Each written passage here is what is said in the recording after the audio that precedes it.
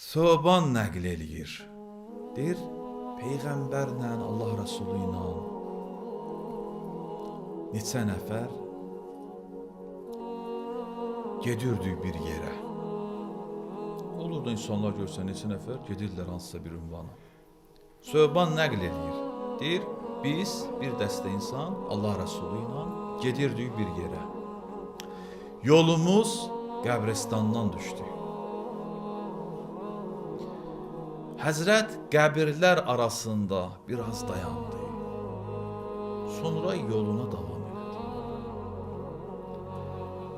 Deyir, mən soruşdum ki, ya Rasulallah, nə üçün dayandınız qəbirlərin kənarında? Elə ki, mən sual elədim, Peyğəmbər bərk ağladı. Peyğəmbər ki ağladı, biz də qəmləndik və ağladıq.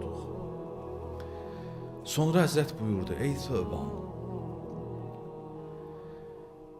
qəbirlərdə onlar əzabə düçar olublar.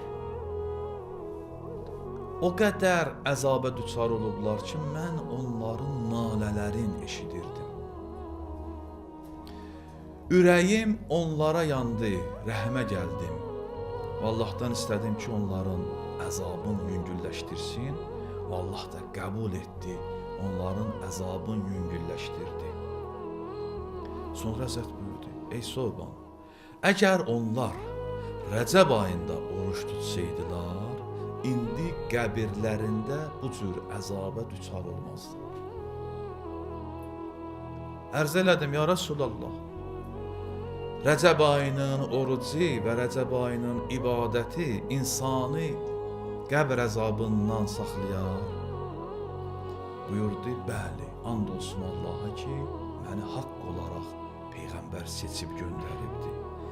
Hər müsəlman qadın kişi Rəcəb ayından bir gün oruç tutar və bir gecə ibadətə qalxar, Allah razılığına görə, Allaha xatir.